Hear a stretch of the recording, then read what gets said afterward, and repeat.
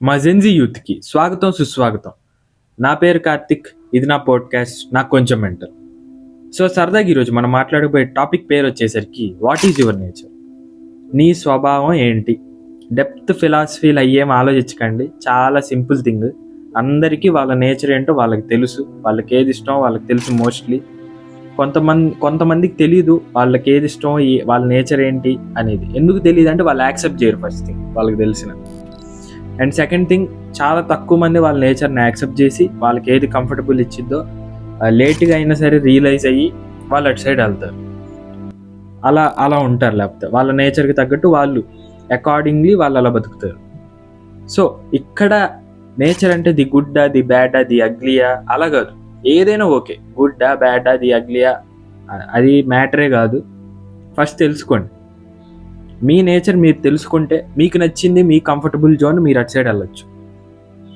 ఓకేనా? ఎవరో ఏదో అనుకుంటారు అనేది మీరు మర్చిపోతారు.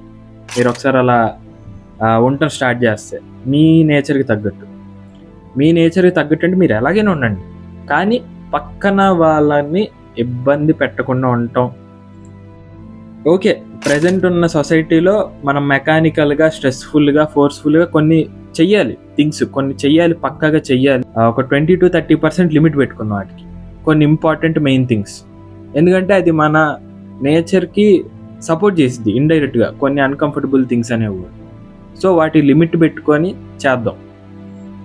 మోస్ట్లీ మిగతా రిమైనింగ్ పర్సెంట్ అంతా మనకి నచ్చినవి, మన నేచర్కి తగ్గట్టు మనం ప్రవర్తించాలి. సో ఫర్ ఎగ్జాంపుల్, చిన్న ఎగ్జాంపుల్ చెప్తా. క్యాక్టస్ మొక్క ఉంటుంది. క్యాక్టస్ మొక్కకి రోజు బయటికి తీసుకొచ్చి రోజు నీళ్లు పోస్తా ఉంటే దాని రూట్స్ కూలిపోయి చచ్చిపోద్ది. ఎందుకు? దాని నేచర్ ఏంటి? అది ఐసోలేటెడ్గా బతికిద్ది. డిజర్ట్ ఏరియాస్లో, ఎరిడ్ జోన్స్లో, హాట్ టెంపరేచర్స్లో బతికిద్ది.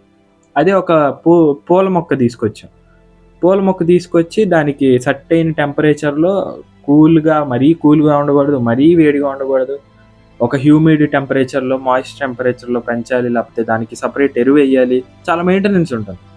సో ఈ మొక్కలకే ఇన్ని మెయింటెనెన్స్, ఇంత నేచర్ ఉంటే ఇంత న్యాచురల్గా దాన్ని పెంచాలి దాని స్వభావం బట్టి.